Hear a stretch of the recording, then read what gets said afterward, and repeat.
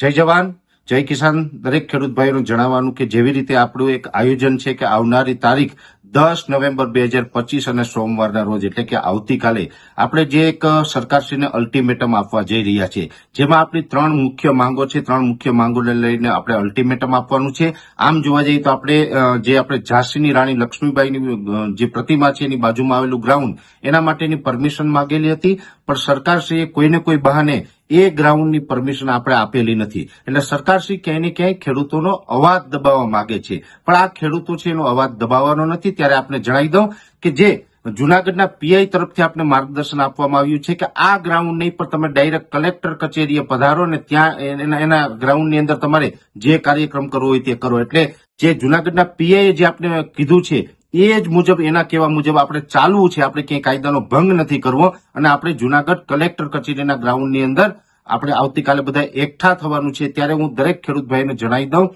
કે આવતીકાલે 10 નવેમ્બર 2025 અને સોમવારે સવારે 9 વાગ્યે બધા ખેડૂત ભાઈઓ છે એ કલેક્ટર કચેરીએ પધારો. ત્યાં આપણે મોટી સંખ્યામાં પધારો. આપણી જે ત્રણ માંગ છે, મુખ્ય માંગ છે કે 2 હેક્ટરની મર્યાદાની અંદર 3 લાખ રૂપિયા સુધીનું જે પાક ધિરાણ આપવામાં આવે છે એ આપણું સંપૂર્ણ 3 લાખ રૂપિયાનું પાક ધિરાણ છે એ માફ કરવામાં આવે અને જે મિત્રોએ પાક ધિરાણ ઉઠાવેલું ન હોય એના એકાઉન્ટમાં ડાયરેક્ટ સરકારથી 3 લાખ રૂપિયાની રકમ જમા કરે.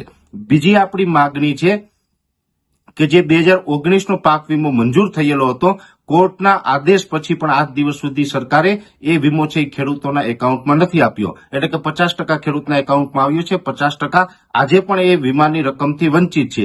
એ તમામ ખેડૂત ભાઈઓને એ 2019નો પાક વીમો મળી રહે. અને ત્રીજી અગત્યની માગણી છે કે જે ટેકાના ભાવે અત્યારે આજે 9 તારીખથી સરકારે જે આ ટેકાના ભાવે ખરીદી ચાલુ કરી છે, આ ખરીદીની અંદર સરકારે 125 મણની જે જાહેરાત કરી છે એમ નહીં પણ જે કાયદા મુજબ 200 મણ છે એ ખેડૂતનો અધિકાર છે. દર વર્ષે 200 મણ છે એ સરકાર તરફથી ખરીદવામાં પણ આવે છે, પણ આ વર્ષે અન્યાય કરીને 125 મણ ખરીદે છે એની જગ્યાએ 200 મણ પૂરી મગફળી ખેડૂતોની ખરીદવામાં આવે અને એની સાથોસાથ જે વરસાદને કારણે, માવઠાને કારણે જે મગફળી પલળી ગયેલી છે આ મગફળી સરકાર નહીં ખરીદે તો વેપારી તો આમાં કોઈ જ પ્રકારે આપણી સાથે ન્યાય નથી કરી શકવાના. એટલે ખેડૂતોની પલળેલી મગફળી છે એ પણ સરકાર ટેકાના ભાવે ખરીદી લે. આ ત્રણ આપણી જે મુખ્ય માંગ છે, જેની અંદર પાક ધિરાણ માફ, 2019નો વીમો અને આ ટેકાના ભાવનો મુદ્દો, આ ત્રણેય મુદ્દાને લઈને આપણે અલ્ટિમેટમ આપવા જઈ રહ્યા છે કે દિવસ 12ની અંદર જો આપણા અલ્ટિમેટમને ધ્યાનમાં રાખીને દિવસ 12ની અંદર ત્રણેય મુદ્દાનું સોલ્યુશન સરકાર આપે,